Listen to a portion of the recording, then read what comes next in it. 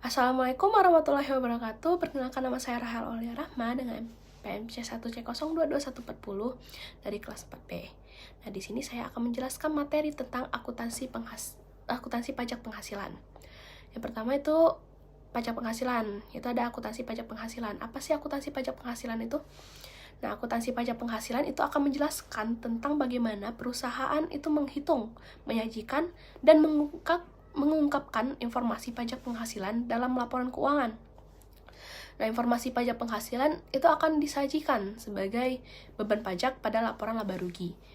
Nah, konsekuensi pengakuan beban tersebut itu akan muncul aset atau liabilitas dalam laporan posisi keuangan.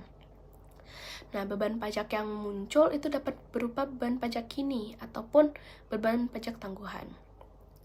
Nah, pengakuan aset atau liabilitas pajak tangguhan itu akan memunculkan pendapatan atau beban pajak tangguhan yang diakui dalam laporan laba rugi dan penghasilan komprehensif lain. Nah, pengakuan aset pajak tangguhan itu akan diikuti dengan pengakuan pendapatan pajak tangguhan. Nah, begitupun juga sebaliknya. Pengakuan liabilitas pajak tangguhan itu akan diikuti dengan pengakuan beban pajak tangguhan. Nah, selanjutnya itu ada standar akuntansi pajak penghasilan. Nah, PSAK 46 pertama kali itu diterbitkan pada tahun 1997 yang efektif untuk diterapkan untuk perusahaan yang menerbitkan saham atau surat berharga di pasar modal, yaitu pada 1 Januari 1999. Nah, sebelum PSAK 46 tahun 1997, beban pajak yang disajikan dalam laporan keuangan itu merupakan pajak terutang menurut peraturan pajak. Nah, standar itu tidak mengakui beban atau pendapatan pajak tangguhan dan konsekuensinya juga tidak mengakui aset atau liabilitas pajak tangguhan. Nah, PSAK 46 tahun 1997 itu bertujuan untuk mengatur kelakuan akuntansi pajak penghasilan, terutama untuk mempertanggungjawabkan konsekuensi pajak pada periode berjalan dan periode mendatang. Nah, pajak periode berjalan itu tercermin dalam beban pajak ini. Nah, sementara pajak yang ditangguhkan di luar periode pelaporan itu akan tercermin dalam beban atau pendapatan pajak tangguhan. Nah, selanjutnya itu ada laba sebelum pajak dan laba kena pajak. Nah, dalam laporan keuangan itu laba sebelum pajak disajikan sebelum beban pajak penghasilan. Nah, laba sebelum pajak ini dikurangi beban pajak dan akan menghasilkan laba bersih atau laba setelah pajak. Nah, laba akuntansi itu adalah laba atau rugi selama satu periode akuntansi sebelum dikurangi beban pajak. Nah, laba akuntansi ini juga biasanya itu dihitung dari laba operasi, dikurangi dengan pendapatan dan beban lain-lain. Nah, laba akuntansi ini merupakan laba yang akan dihitung berdasarkan kebijakan dan standar akuntansi. Laba kena pajak atau laba fiskal itu adalah laba rugi selama satu periode yang dihitung berdasarkan peraturan yang ditetapkan oleh otoritas pajak. Nah, laba kena pajak ini dalam undang-undang pajak penghasilan itu disebut sebagai penghasilan kena pajak. Nah, penghasilan kena pajak ini apa sih? Penghasilan kena pajak ini merupakan penghasilan yang dikurangi dengan beban yang boleh dikurangkan menurut peraturan perpajakan. Nah, selanjutnya itu ada beban pajak. Nah, beban pajak itu apa sih? Nah, beban pajak itu adalah jumlah agregat beban pajak ini dan beban pajak tangguhan yang diperhitungkan atas laba akuntansi yang akan diakui pada satu periode. Nah, beban pajak ini akan dipadankan dengan laba akuntansi yang diakui pada periode tersebut. Nah, beban pajak ini itu adalah pajak yang dihitung menurut ketentuan pajak atas penghasilan yang diperoleh entitas dalam suatu periode. Nah, pajak ini untuk entitas tersendiri atau bukan konsolidasian itu merupakan pajak terutang dalam satu tahun fiskal yang tercantum dalam surat pemberitahuan tahunan. Nah, untuk entitas yang terkonsolidasi dengan anak perusahaan, itu pajak ini merupakan penjumlahan semua pajak terutang seluruh entitas yang dikonsolidasi. Nah, beban atau pendapatan pajak tangguhan itu merupakan konsekuensi pajak akibat pengakuan aset atau liabilitas dalam laporan keuangan yang berbeda secara temporer dengan dasar pengenaan pajaknya. Nah, pengakuan pajak tangguhan itu hanya dilakukan atas perbedaan temporer. Apa sih maksudnya gitu? Nah, maksudnya itu perbedaan tersebut itu akan terpulihkan di masa yang akan datang. Nah, secara total itu pengakuan menurut akuntansi dan pajaknya itu sama. Nah, namun terdapat perbedaan pengakuan di setiap periodenya. Nah, pengakuan beban pajak tangguhan itu akan ditambahkan dengan beban pajak kini. Nah, sehingga total beban pajak itu akan menjadi lebih besar dibandingkan dengan beban pajak kini. Nah, begitupun juga sebaliknya, pendapatan pajak tangguhan itu akan dikurangkan dari beban pajak kini. Nah, sehingga total beban pajak itu lebih kecil dibanding dengan beban pajak kini. Nah, selanjutnya itu ada beban pajak kini. Nah, entitas itu termasuk subjek pajak yang terdapat dalam Undang-Undang Nomor 3 Tahun 2008 itu tentang pajak penghasilan, yaitu disebut badan. Nah, penghasilan yang diperoleh badan dalam 1 tahun pajak itu dikenakan pajak. Nah, penghasilan yang dikenakan pajak tersebut itu disebut dalam istilah perpajakan sebagai penghasilan kena pajak. Nah, penghasilan kena pajak itu dihitung dari penghasilan bruto, dikurangi beban yang boleh dikurangkan. Nah, pajak mengatur beban yang boleh dikurangkan untuk tujuan menghitung penghasilan kena pajak.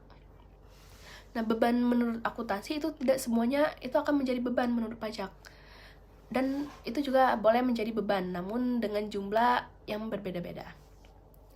Nah, perbedaan antara laba akuntansi dan pajak itu dapat terjadi karena perbedaan temporer dan permanen. Nah, perbedaan temporer itu terjadi karena perbedaan waktu pengakuan. Nah, sedangkan untuk perbedaan permanen itu terjadi karena adanya esensi pengaturan yang berbeda. Nah, untuk memperoleh penghasilan kena pajak, itu entitas itu akan melakukan rekonsiliasi fiskal atau koreksi fiskal. Nah, koreksi fiskal itu juga dapat diklasifikasikan atas koreksi positif atau koreksi negatif. Nah, koreksi positif itu apa sih? Koreksi positif itu adalah koreksi yang menambah penghasilan kena pajak. Nah, sedangkan koreksi negatif itu adalah koreksi yang akan mengurangi penghasilan kena pajak. Nah, selain pajak yang dihitung dari rekonsiliasi fiskal, nah entitas itu juga memiliki kewajiban dalam membayar pajak atas penghasilan pajak yang dikenakan pajak final. Nah, penghasilan yang dikenakan pajak final itu merupakan penghasilan yang perhitungan, tarif, dan cara pemajakan tidak mengikuti ketentuan umum perhitungan pajak atas badan. Nah, pajak final itu biasanya menggunakan tarif khusus sesuai jenis penghasilannya dan dikenakan secara gross dari total penghasilan.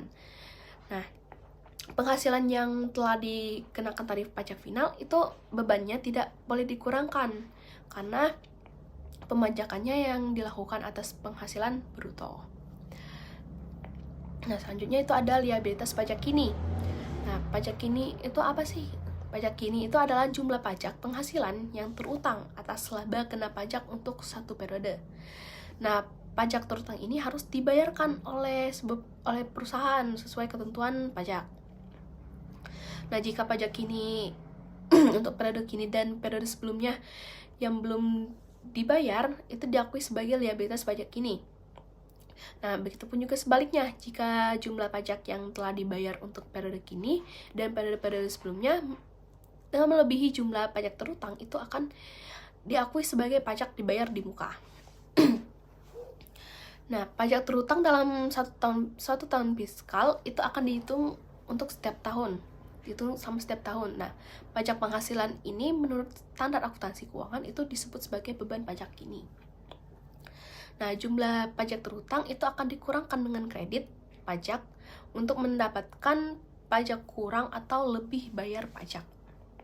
Nah, jika pajak terutang lebih besar dari kredit pajak, itu akan muncul pajak kurang bayar. Nah, yang akan disajikan dalam laporan keuangan sebagai utang pajak badan. Nah, begitupun juga sebaliknya, jika muncul lebih bayar itu akan disajikan sebagai pajak dibayar di muka. Nah, selanjutnya itu ada pajak tangguhan. Nah, perbedaan akuntansi dan pajak, penghasilan kena pajak dan laba akuntansi itu memiliki dasar hukum yang berbeda. Nah, pajak dikenakan dan dihitung berdasarkan ketentuan perpajakan. Nah, sedangkan laba akuntansi itu dihitung sesuai dengan kaidah dan dasar akuntansi. Nah, perbedaan antara keduanya itu berlaku umum hampir di semua peraturan perpajakan di berbagai negara. Nah, walaupun letak perbedaan tersebut itu sebenarnya relatif umum dan sama gitu, namun memiliki cara pengaturan yang berbeda-beda. Nah, perbedaan yang muncul itu misalnya terkait dengan perhitungan depresiasi, pengaturan beberapa beban dan penghasilan yang menurut pajak diakui dengan basis kas, pengaturan atas penghasilannya menurut pajak diatur dengan ketentuan khusus, dan pengaturan beberapa beban menurut pajak tidak diperkenankan sebagai pengurangan penghasilan kena pajak. Nah, perbedaan tersebut itu dapat diklasifikasikan atas perbedaan temporer dan permanen. Nah, namun jika kita lihat dari dampaknya itu di akhirnya itu akan dapat diklasifikasikan atas perbedaan positif dan negatif. Nah, perbedaan temporer itu ada perbedaan antara jumlah tercatat aset atau liabilitas pada posisi keuangan dengan dasar pengenaan pajaknya.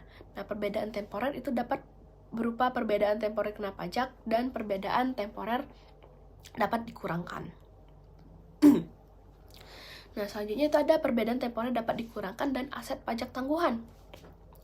Nah, perbedaan temporer yang dapat dikurangkan itu apa sih gitu? Nah, perbedaan temporer yang dapat dikurangkan itu adalah perbedaan temporer yang menimbulkan jumlah yang dapat dikurangkan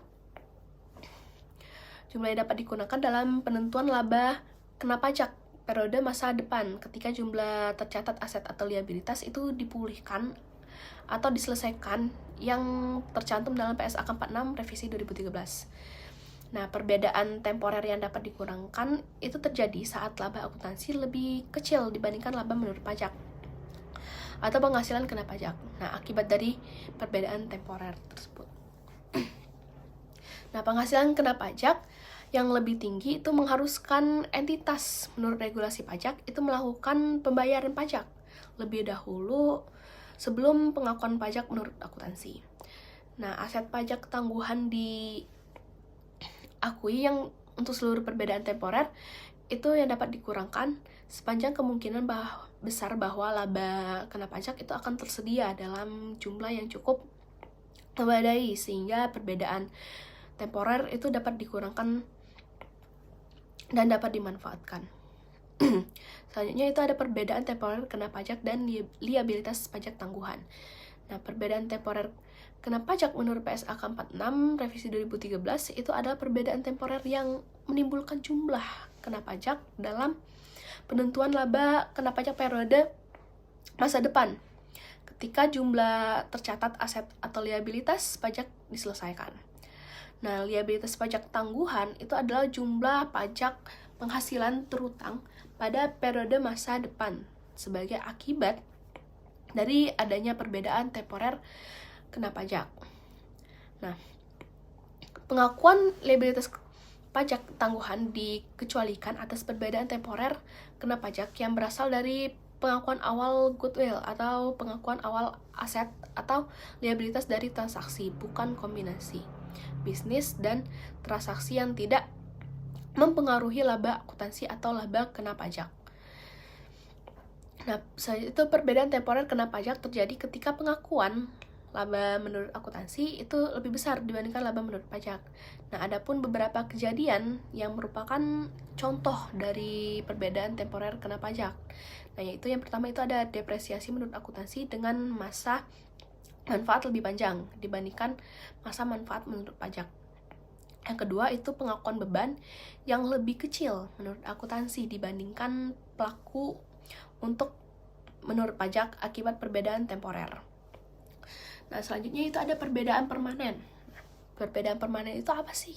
Perbedaan permanen itu adalah perbedaan antara laba akuntansi pajak, laba sebelum pajak akuntansi dengan penghasilan kena pajak yang tidak dapat terpulihkan di masa depan. Nah, perbedaan ini itu secara permanen itu tidak akan hilang karena terdapat perbedaan esensi dalam pengaturan pajak dan akuntansi. Nah, perbedaan tersebut itu akan membuat laba menurut akuntansi itu berbeda dengan laba menurut pajak. Nah, namun perbedaan tersebut tidak akan diakui sebagai pajak tangguhan. Nah, selanjutnya yaitu ada isu dalam pajak penghasilan.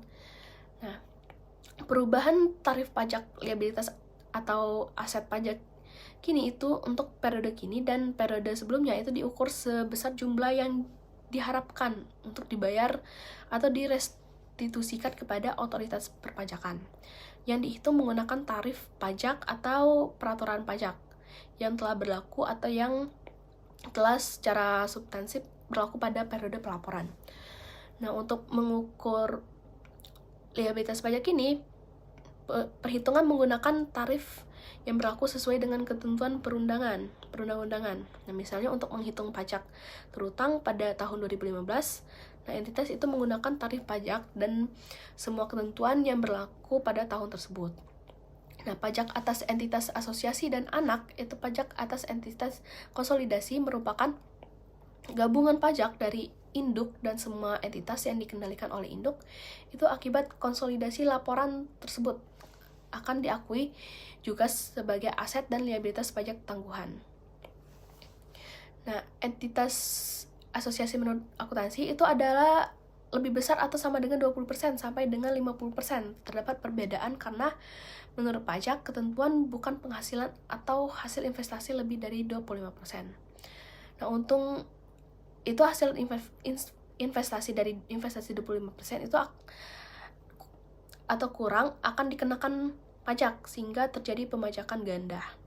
Oke, sekian materi dari saya akhiri. Wassalamualaikum warahmatullahi wabarakatuh.